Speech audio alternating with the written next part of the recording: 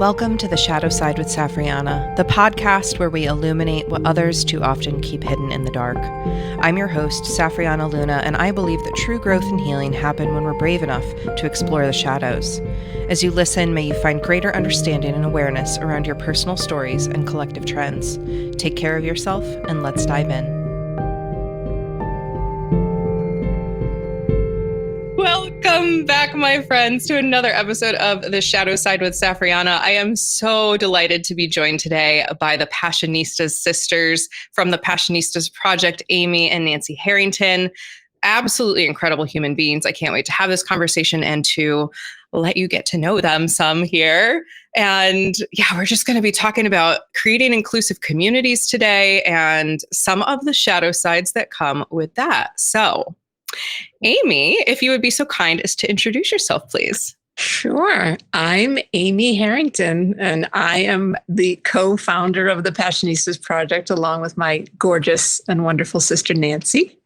And yeah, I had a long career in the entertainment industry, and I left that so that I could work with Nancy. And we've been working together for 20-something years, and we have created an inclusive community where women from all backgrounds can come and feel safe and share their stuff and be messy and not have to feel like everything has to be perfect all the time. So I'm excited about this conversation today. So excited to have you here. And I love that, being able to talk about some of the imperfections of all of this is so important. Yeah. Nancy, would you be so kind as to introduce yourself? Hi, I'm Nancy Harrington. I'm her other half. We share a brain. Literally, it's crazy. Well, I guess not literally, but figuratively and demonstrably literally. Yes. Yeah. I also had a career in entertainment. I had a theater company, and I worked at an academy, advertising agency that did the Academy Award campaigns for Miramax. And Amy and I quit our jobs at the same time to go down a long and winding road together, and ended up in this world of the Passionistas, and couldn't think of a better place to be. And thank goodness that you've built the space. You know, I'm a very vocal, happy member of the Passionistas Sisterhood on the Circle platform. I think it is just a wonderful community. And I'm always, whenever I meet a woman or gender nonconforming, trans, feminine, whatever person who would fit there, I'm like, come on over, because this is the place to be for actual inclusive community. And I say that as a person who has tried to build Living Lunas as a very inclusive community. Mm-hmm. But there are many pitfalls along the way to building communities right now, because people don't know how to communicate, generally speaking. It's really not a thing that we've been taught. And so we try to come into communities and we create a lot of rupture, but there's not a lot of room for repair. Yeah. Whereas I've really seen you all really foster that ability to repair, as well as have hard conversations. So first of all, I just want to rewind. What was it like being in the entertainment industry and the communities there? Were they healthy communities? Oh, Safriana. Oh. See, I know how to put healthy this is button. Definitely not a word that comes to mind. Yeah, I think that they should be held up as the model for inclusivity and healthy communities. Should I answer that one, Nan? Sure, you go for it. Yeah, I mean, I had an interesting experience because I was 27-year-old woman who became vice president of post-production and visual effects for Warner Brothers. So I was very young. I was usually the only woman or one of the only women in high-powered situations, rooms and meetings and on sets. And I thought it was normal because I got right into that industry when I got out of college. And my mission was, I have to be one of the guys. I have to get them to not even think about the fact that I'm the girl in the room. And if somebody draws attention to the fact that I'm a girl, I am going to freak out, because then I'm going to be set back 5 years. Like one time, just this popped into my head recently during a conversation. I was out to lunch with a director and a couple of my colleagues, male colleagues. And this woman, total stranger, came up to me at the end of her lunch and said, "I just need to know where you got your hair cut."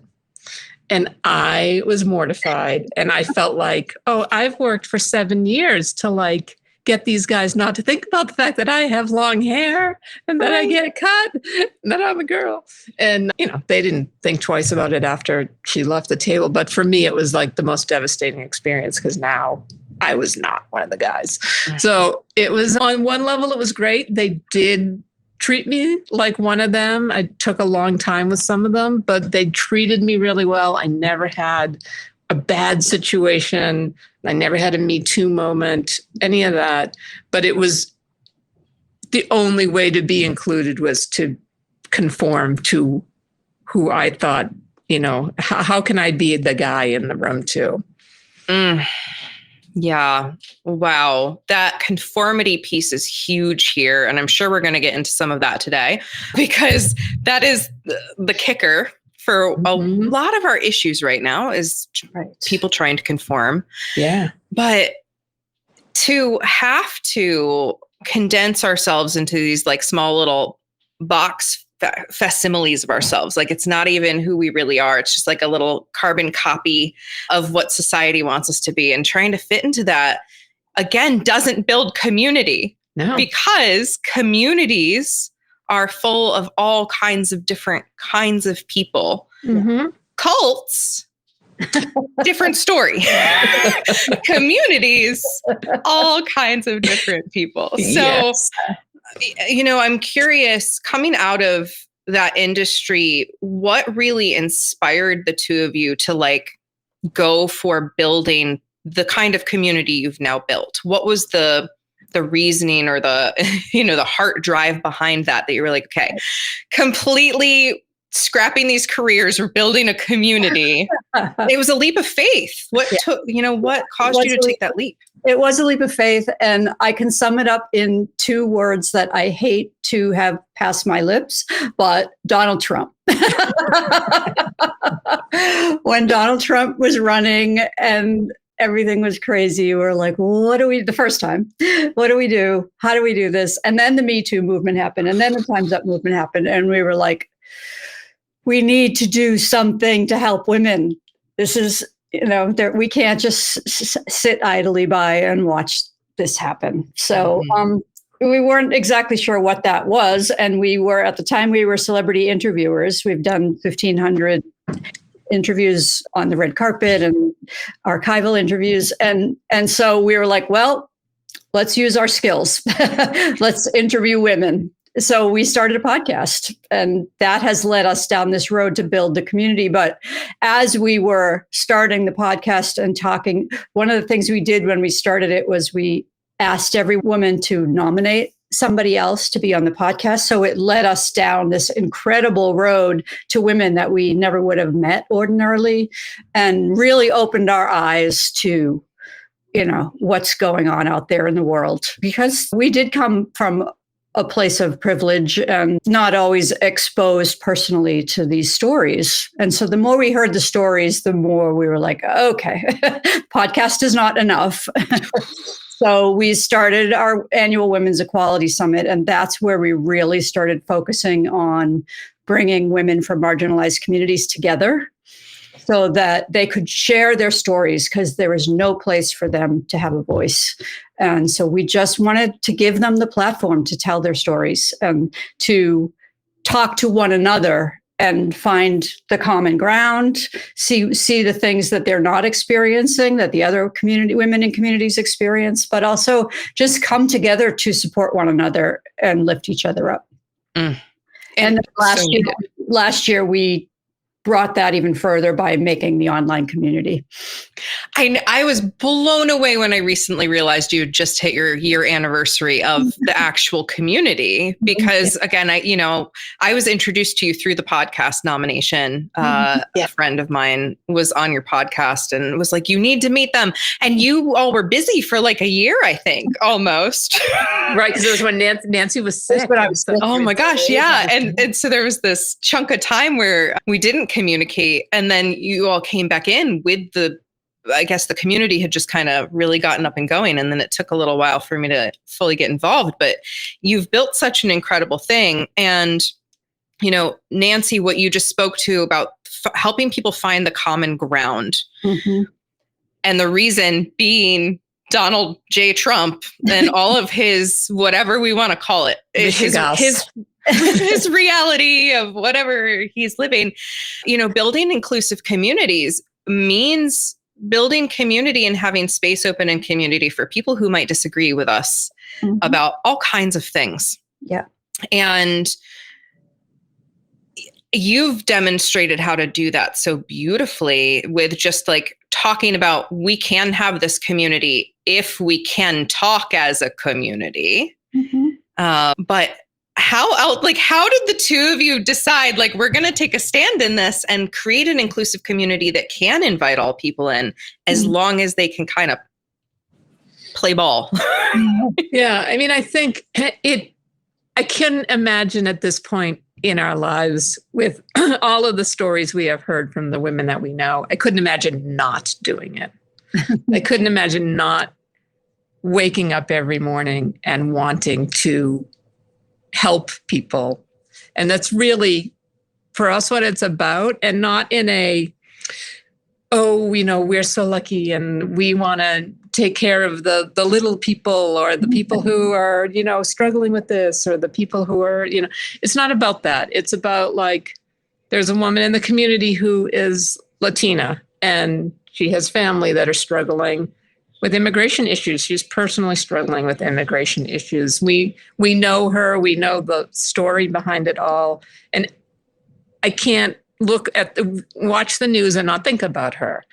We have friends that are from the LGBTQ community, and every time I hear this new law or this new ban, I think about them. I see their faces. It's like, we have to do something. And we've had this conversation with you before, like, for us, it's about listening. Like, the reason I think the community is working well is that we encourage everybody to listen to each other.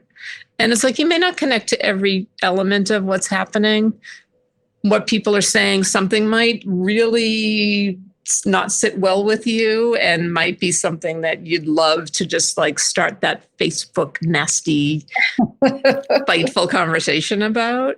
But the one rule we really have is, like, you have to respect each other and you have to listen.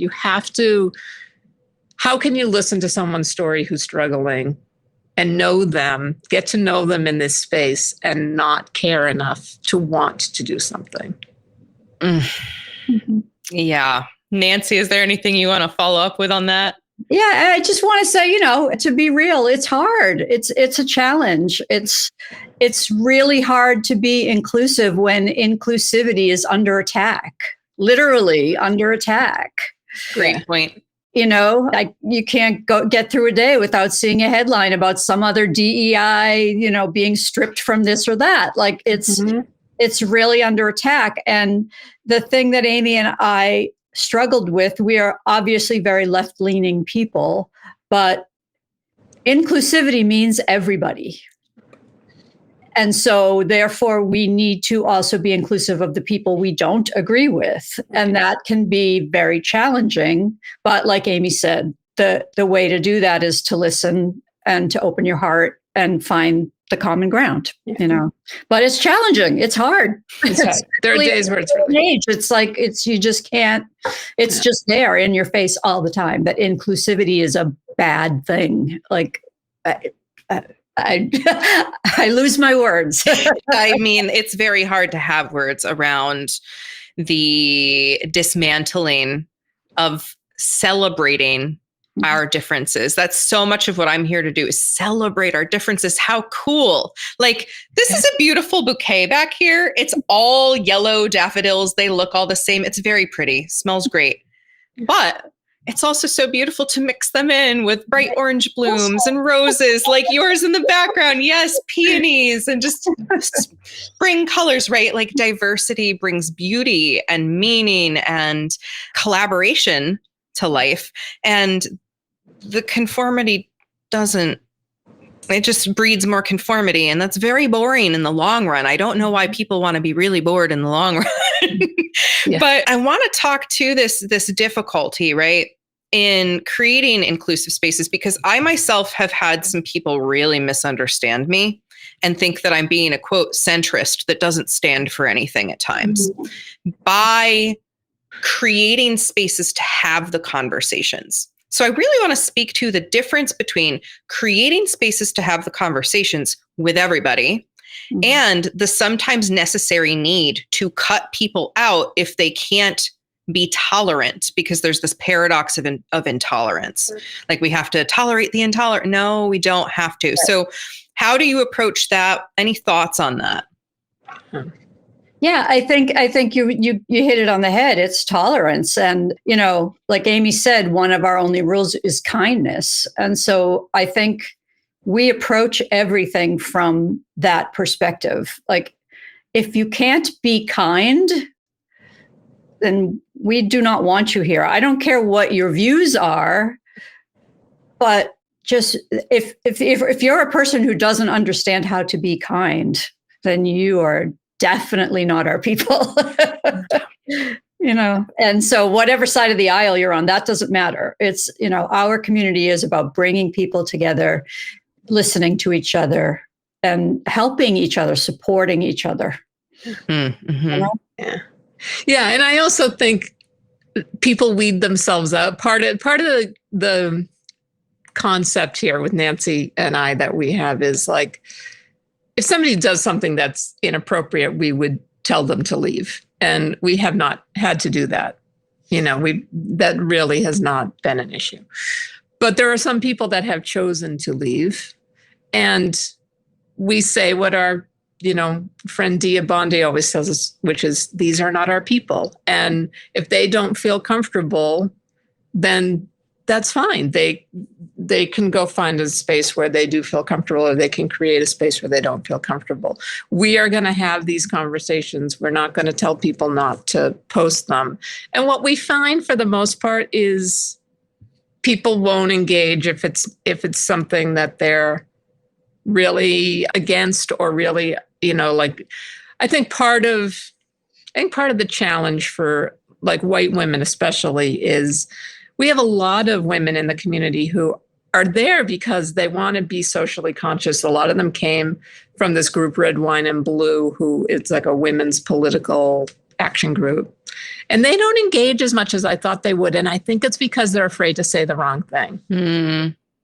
And so for us, it's like, that's fine. You can read and you can say it. It would be nice if you communicated more. We'd love to have you more in the mix. But I think that they're afraid to like use the wrong terminology, or, we've had a woman in one of our group events say like, I just don't know how to say what I want to say, so I'm afraid to say anything. And we're like, well, then this is a perfect space for you, because there are people who will just gently say, oh, I'd prefer if you use this term, or explain why that matters to them. But I think that's a big barrier for people sometimes too, is just like, they're good intentioned. And for us, it's all about the intent. Like, we all say the wrong thing, or we can't be politically correct in our knowledge. Like, our knowledge can't cover every aspect of being politically correct right now. No. There's just so much that we need to remember. And I'm constantly, my poor boyfriend, I'm constantly like, oh, no, you can't use that word anymore. No, I know you don't know that, but so I'm just going to tell you because I don't want you to say it in front of somebody else. But we can't keep up on everything. So for me, it's about intent. Like, did you mean to say that to hurt my feelings? Or did you just don't know, and now you do? So it's stuff like that I think we try and stay on top of. And the people who are too freaked out by that, or don't get it and find it reverse offensive, they weed themselves out. Yeah. There are a couple of things I want to just say here, following up. Like, the kindness being the number one rule totally makes sense. I think that is such a good way to simplify the whole like tolerance, intolerance piece. Can we be kind to one another, not scream at each other, not tell the other person they're wrong necessarily, but say, this is my experience and I'm presenting this to you, instead of trying to tear you apart. And I haven't seen anything in your community of unkindness that has not been immediately like talked about. Like, oh, well, this is why this might not have come across that well to people. And the piece about people not wanting to cross the lines or say the wrong thing is this pendulum swing into that like too political correct fear, where it's like so many people get like really stuck. Like, I literally can't say anything because there's a chance I'm going to mess it up and I'll be abandoned. I'll be kicked out of the community. No one will ever love me or respect me again. Like all of these stories that are wound up in that. But that's exactly right. If we can just say, I don't know how to address this. I don't know what words to use here. Who can help me? And there are always, I get very heartbroken when I see people trying to be well-meaning get attacked, because it reinforces that. But it makes sense because, again, it's trauma, right? It's trauma responses from a lot of people. But still, we have to be able to ask to learn, and we have to know what we don't know to ask that. So, and so much of my work has been being that LGBTQIA resource to be like, I'll help you. I don't even know all the terms. There are new neo-pronouns coming out all the time, and new like niche sexual terms or like sexual identity. You know, I'm only attracted to feminine women. Like that means I'm this. Like there's crazy terms out there for all of these specific things. Right. And I love it. But the average population is never going to know all of those terms. So I always say, like, talk to people and get to know what labels they want to use. And then if you need to research or ask, like, it's okay to do so. But can we get curious and listen to other people? Like, who are you? You know, inviting people to share themselves. So what are some of when it comes to building inclusive communities, what are some of the activities that you like to incorporate that build community? Yeah, it's funny, as you were talking about that, one of the things that we have been talking about doing, and we really want to try to do this spring, is some kind of a roundtable about choosing your words. Like what is the correct terminology? Try to get a bunch of women from representing different communities. What is the terminology we should be using? How do you ask the questions? How do you approach something when you don't know what words to use? And I think it would be a really, really fascinating roundtable. And I think it would be so helpful, and it would help us continue that dialogue in the community. So that is definitely something we want to do. And also our summits. We have not done one in a little while because I got sick.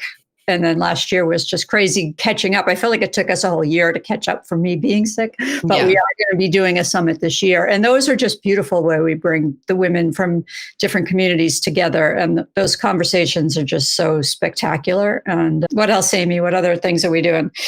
Yeah, I mean, I think we have workshops. We have a podcast network where there's podcasts from women from diverse backgrounds. We have a television channel, a television network, Passionistas TV, where we're starting to do shows from, you're going to have a show, Melissa Bird has a show, Claudia Cordova-Rucker, Kylie Stone. There are all these women from really different backgrounds talking about whatever they want to talk about. So really interesting conversations, or just, monologues to the screen about Indigenous life, women's rights, stepping into your power, financial advice, LGBTQ issues. So I think for me, it's about lifting the voices through the different initiatives. And, one of the things that I think sets us apart, to address one of the comments you just made, is I think in a lot of communities that are trying to be inclusive, it's a couple of figureheads who are talking to everybody, telling them, okay, this is the answer to this question, and I'm giving you this information. Our community, even though Nancy and I have built it, is not about us. It's about our group of power passionistas, of which you are one, who are our resident experts who talk about different issues and are experts in different areas. And Nancy and I are just kind of facilitators to it all. And we're kind of the mama bears who are making sure everybody's playing nice. But, you participated in a call one day that got a little bit, it was probably the most intense conversation we've had in the sisterhood. And it was right after the election, after the inauguration.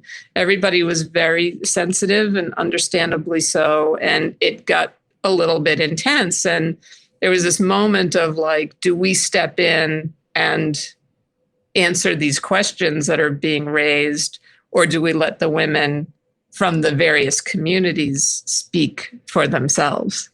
And we did that. We let a Black woman address a topic that was related to minority women. And we let a Latina woman speak up for her own point of view on the issues that were happening. And I think part of the reason people get so freaked out about like, I don't know what to say, I don't know how to say it, is like, because they're not exposed to people. They're not exposed to an LGBTQ person, or they're not exposed to a Black woman, which in this time in the world is crazy to me that we've come this far and they're not, but it's true. Yeah. It's really true. And there might be a lot of Black women who don't know a lot of polyamorous women, and there might be a lot of polyamorous women who don't know a lot of Indigenous women. Like, as much as we're trying to connect, it's hard to find each other. And so part of, I think, why the Passionistas Project is working is Nancy and I aren't jumping in and going like, well, Indigenous women feel this way, because it's not our experience. We haven't lived it. Dr. Melissa Bird is Indigenous. She speaks to that, or she brings in other people she knows from that community who can speak to that. So our mission moving forward continues to be, how do we get as many women of different backgrounds in front of each other so that they can learn from each other and it's not filtered through us. So all the workshops are run by women from different communities. The TV shows are all about, run completely 100% run by women from those communities. Like, we do not go through a development process and look at every episode and talk about the topics unless you want some feedback on that. But you guys speak. We're all here to listen. So I think that's, the most important thing to know about our content as we're moving forward. Yeah, it's not a matter of like tone policing unless it's unkind or picking what people can say. It's creating and fostering a space for minority and marginalized people to feel comfortable to speak up and share their stories. Like, that's ultimately what this is about, because gosh knows, if I just approach a situation as a white woman, if I don't factor in my queerness, I can speak up in a room, okay? But if I don't feel safe in that room to really be myself, I will pull back and hide. Like, I've been to business conferences where I'm like, ooh, this room full of very rich looking white men are not going to be okay if they find out that I'm queer. Like, you can feel the vibe, right? So creating that space for safety, because if it's safe for marginalized and minority status people, it should be safe for all women. That's intersectional feminism, people. Right. Like, you lift up the lowest of the low, and everybody gets all of it. They get all that benefit. Everybody wins. Yeah. Absolutely. So that's this cult versus community piece just keeps coming in the back of my mind. And I want to kind of circle back to that, because a cult is upheld by figureheads, right, that say we are the be all end all. It all goes through us. We're the ones that get to determine this. And that's not what you all have done. You've been turning it over to your community members, asking them what they need, listening, having those one-on-one conversations. That is so freaking hard to do because you have to be willing to take perhaps some uncomfortable feedback, right? Like, in that call, I did admit to you, I was like, I was very uncomfortable there for a little bit, but I'm also very pleased with how it was handled, because it was handled with compassion, directness, and dignity for all involved, right? So I'm really curious, in days like those, when things do get really uncomfortable, like how do you keep yourself from quitting and being like, screw this, we're not doing community stuff anymore. People suck. I don't want to do this. What's wrong with it? Can't we all just get along? That was a hard one. That was a hard day. We definitely had about a 72-hour period there where it was like, what have we gotten ourselves into? But I think, again, we came back to kindness. We came back to listening. So we made sure to follow up with every single person that was on that call individually and have a conversation with them and hear them out and not necessarily agree with them or disagree with them, but just listen to what they had to say, explain our perspective on it, and ask them outright. Like a lot of people, we asked outright, what do you want to see us do? Mm-hmm. You know, and every single one of them said, you're doing what you need to do. You don't need to change anything. You know, we were like, do we need to kick some people out? What do we do? And they were like, no, we need to have these conversations. So it ultimately, it was a very difficult thing to go through, but it ultimately was an amazing experience. And I think it's solidified that we're doing exactly what we should be doing. And we are surrounded by the people we need to help us through things like that, because all of those conversations were amazing. And we learned so much from going through that. And so ultimately it was a good thing. Yeah, definitely. And I think for me on the stressful or bad days, it never fails that something happens during the course of the day that reminds me. Like yesterday, I woke up with the Monday morning, like, oh, same. How am I going to get through this one? And our day ended with an ask party that we co-hosted with Deb Drummond from 262. And it was like 10 women. And the concept was every woman got to ask for advice or support or something about one thing. And then every other person has to give some kind of feedback.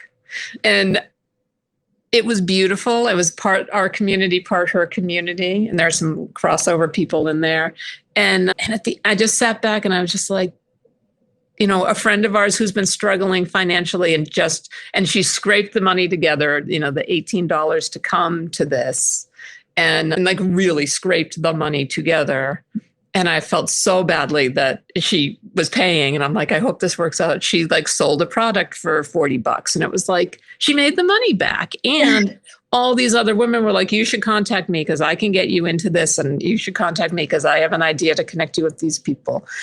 And I just see that every day in the Passionistas Project. I see people making, because, you know, we should tell the audience, like, it's social impact, but it's also business development and personal growth. And you can engage with people on one of those areas or all of those areas. It's really up to you what you gravitate toward.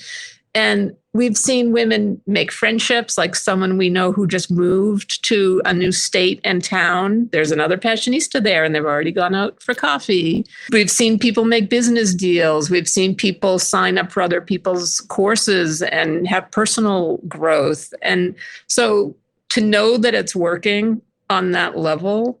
And then I think the greatest thing was a couple of weeks ago, Nancy and I went to Portland, Oregon, and we sat with 7 of the women in person.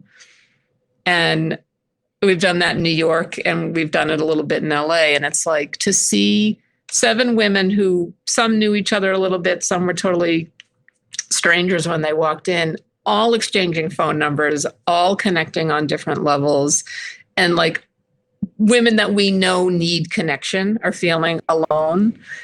To see them connecting with each other in person because they had met through us was like the greatest feeling. So yeah, the days where it's like, oh, how do we handle that situation? It's pales in comparison to every single day, the reward of seeing it succeeding and knowing that it's just going to continue to grow and help more and more people. Yeah. And I think the other thing that keeps us going is each other. Yeah. We are so lucky. We tend to have our bad days on off days. Like when Amy's down, I'm okay. When I'm down, she's good. We tend to be able to lift each other up. It's very rare that we're both down at the same time. And I think we just don't talk to each other on those days. It's like, I don't want to bring her down further. We'll talk tomorrow. But that sisterhood gets us through everything. And frankly, it's why we started this community, because time after time after time, we talk to women who say they wish they had what we have. And we realize that we can give them that. And so we have. So that's what gets us through, is that sisterhood. And we want to give that to everybody else, to have that community that gets you through the hard days. Mm-hmm. We need that community to get through the hard days. And again, like, I just want to reiterate the shadow side is that it's so hard to find, because people don't know how to communicate in general. Because again, it's not taught. And I have personally been in so many communities that have fallen apart because when somebody got uncomfortable and needed to give feedback, the leader, quote unquote, couldn't handle that. Mm-hmm. And so to community build, you have to be willing to be uncomfortable. You have to be willing to take feedback, and you have to be willing to see the silver lining on those days that it gets hard, to persist through the rupture repair process. That is actual community. It's not actual community if you can't rupture and repair. It's just play pretend. Yeah, and we're a sisterhood. This is a family. Like, that's how we look at it. We don't look at this as like, a typical networking group, or, like every single one of the women that we have connected with in this community, I feel personally deeply rooted in their lives. And I care about them, and Nancy cares about them. And we have good days and we have bad days, and but we're family, and family doesn't turn their back on each other. Family doesn't walk away. Family works through it. And our mother taught us that. We have 3 other siblings, and our mother taught us, your siblings are your best friends. No matter what happens, you may fight, you may, be jealous, you may do this or that. At the end of the day, these are the most important people in your life. That will always be there for you, and you will always be there for them. And we are the closest siblings I know.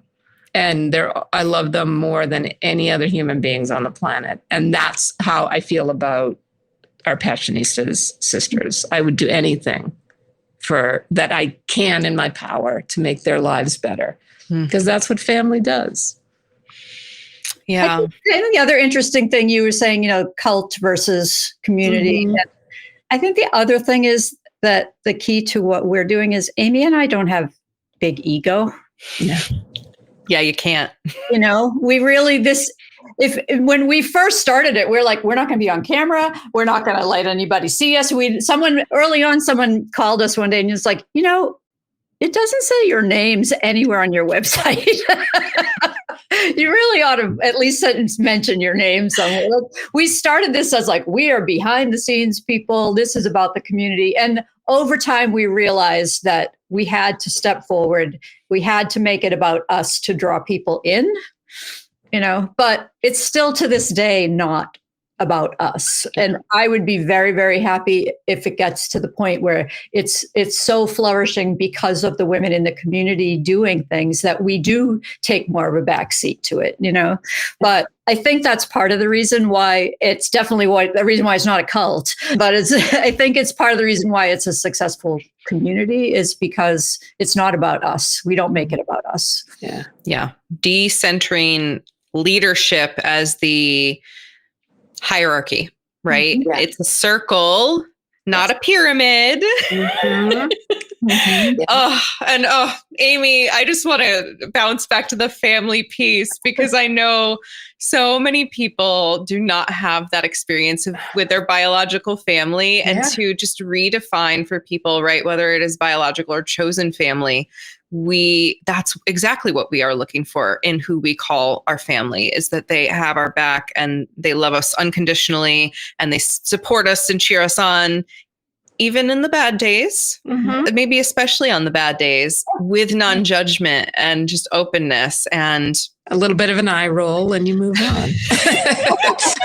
yeah, that's where, we have to be willing to look at each other's shadows and work with them to be able to navigate the discomfort more easily too. And that's part of community building is being able to really own our own place in it, and where we struggle to show up, like you struggling to show up visibly in the beginning, right? And just showing up in our imperfection and being willing to be vulnerable with that. Yeah. Like, I don't know how to perfectly use your pronoun, but I would really like to. So my intention is to learn it, but I might stumble. Can we work on this? Right. Like just communicating where we struggle with community so that we can be in community.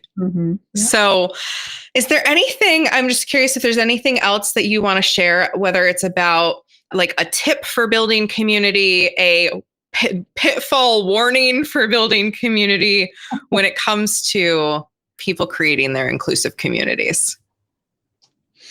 I'm sorry. I'm here. Is anybody else hearing an emergency warning? No. On my computer. It's just you. It's just Are you okay? I'm fine. It sounds like he's saying it's just a test, but it's like I don't have to turn it The off. noise canceling's doing a good enough job that no, I don't hear it. But I'm glad because it's very distracting, and I'm like, and I don't ruin the flow of the podcast. But you are totally fine. We're doing it live. We do this. This is like for real, because I think it's more important that we show people real humanity instead of like this polished perfection. I cut out every single thing I do. It's got to exactly. He's almost done. People's He's done. dogs like sneezing in the camera and stuff. Like exactly. It's all good. We were doing someone's show the other day, and I'm like, is your husband whistling in the background? She's like, oh no, that's the bird I'm fostering. She's like, I can't do anything about it. And it sounded like his bird whistled through the entire thing. It was oh my God. I actually had a recent podcast like that. I'm pretty sure it was a bird in the background, but I didn't ask because I knew that there was nothing I could do about it. Exactly. But yes, so I'll give you a little breathing room to think if there's anything about tips or pitfalls. For me, it is that you have to stand for something in a community, and it is okay to exclude people to create an inclusive community. And that's really hard sometimes because I'm like the number one inclusion, harmony, unity, band wavy person. But I understand that, again, if some people cannot tolerate others, if they are going to do violence, we literally can't let them be in the community until they sort that stuff out.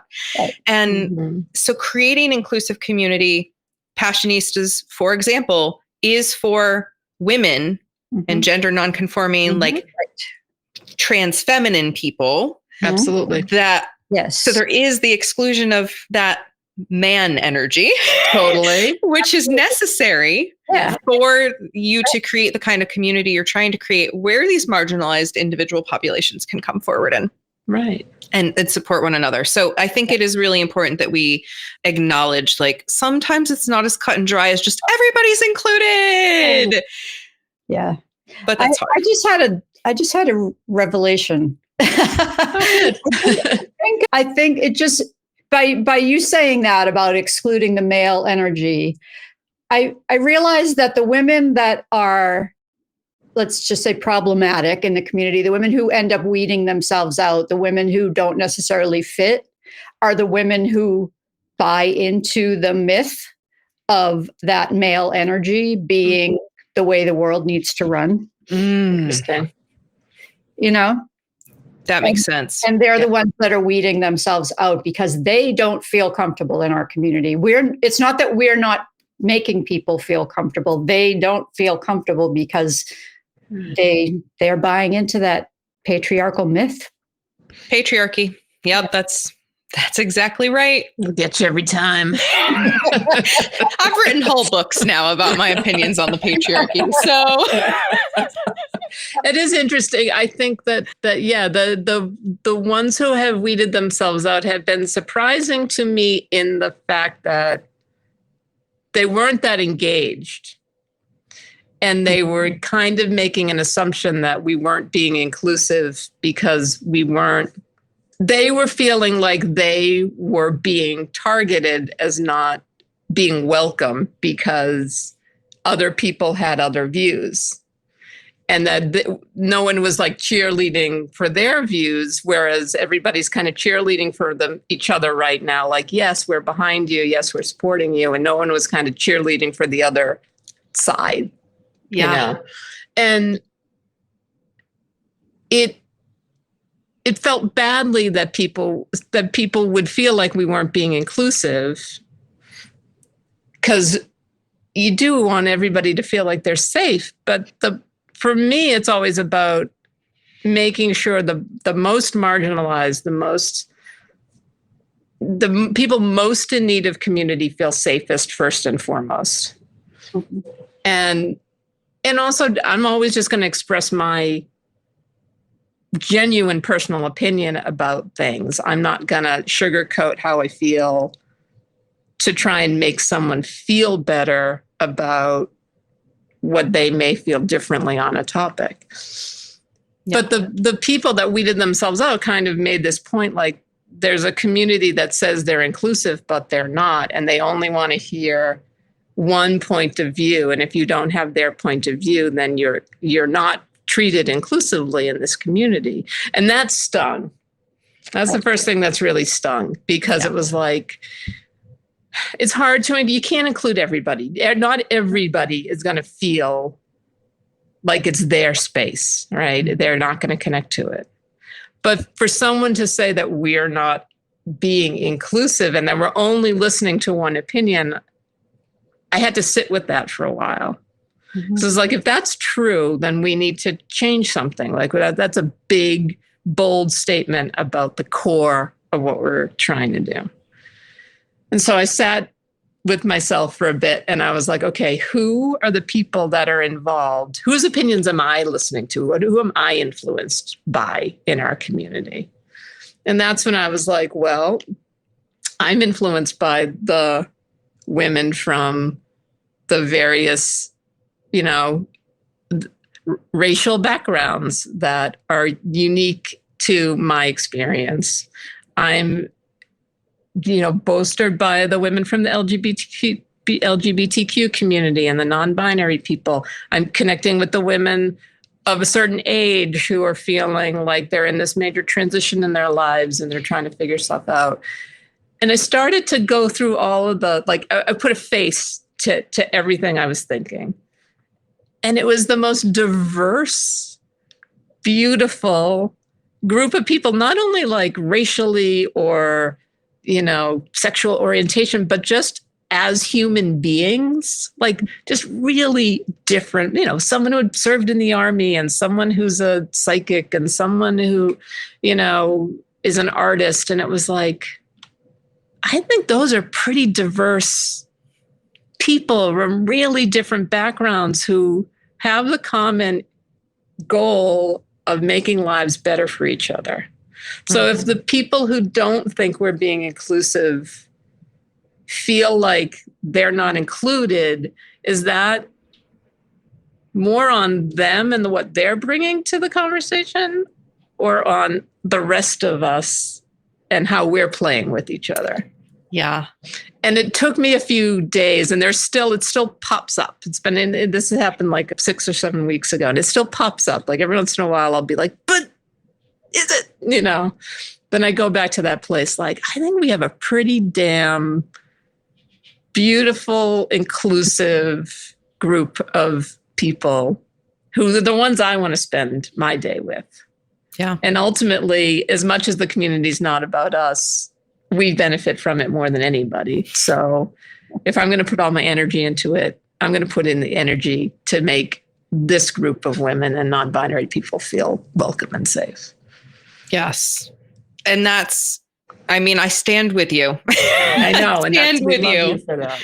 And it is, what I think about those people, it's that paradox of intolerance again.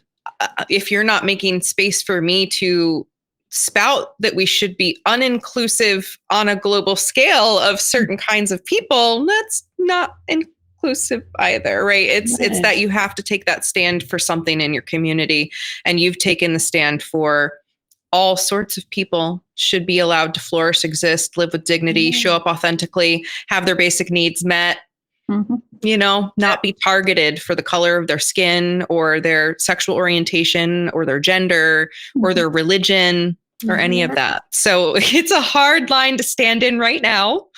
I can't help but think of, what's happening on our government websites right now, where they're just like taking down all this historical information about women and people of color and people who have accomplished so much, because they think that inclusion means whitewashing. And that's not what it is. So thank you both so much for coming on today and sharing in this with me. I so appreciate what you're doing to build the community that you are building and the ways that you're inspiring, other people to build community. And I hope that we'll eventually see something similar to the Passionistas Project for all genders and for men to have their spaces, because, we talked very briefly. I have to say this, and every time I go live right now, because someone in the universe needs to hear me, is that our white men need to step up. And they are the ones that I don't like to use the words good and bad, because I don't believe anybody is good and bad, but the ones that are really genuinely well-meaning from the heart right now are so frozen because they don't want to say or do the wrong thing, like we were talking about earlier. So they just kind of like hide. But there are spaces for you. Like, hello, come join Living Luna's community, because we are for all genders, and we are happy to talk to you about nuances and terminology and whatever you might need support in. And if you are a woman or non-binary person, trans feminine person, gender non-conforming, the Passionistas Project and Sisterhood is a beautiful place to come join if you are an entrepreneur or a service-based person or anything like that, and you're looking for community. I'm so appreciative of all you do to lift people up. It's such an important mission, and I stand with you in it. So thank you again, Amy and Nancy. We're so grateful. We're glad you are a Power Passionista. We love you, and we are so happy to be here today. Thank you. Absolutely. All right. So until next time, my friends, this has been another episode of The Shadow Side. Community is tough, but we can do this by getting uncomfortable together. I see you, I believe in you, and I'm cheering you on. And as always, if you need any extra support, reach out, whether to me or to my beautiful guests. Check out the Passionistas Project. All right, until next time, bye for now. That brings us to the end of this conversation today. Thanks for being brave enough to walk in the shadows with me. If you found value in this episode, please consider subscribing to Shadow Side with Safriana wherever you listen to your podcasts, and leave a review to help others find the space of transparency and expansion. You can also connect with me at safriana.com or livinglunas.com for more information. Until next time, know I'm loving you fiercely and cheering you on.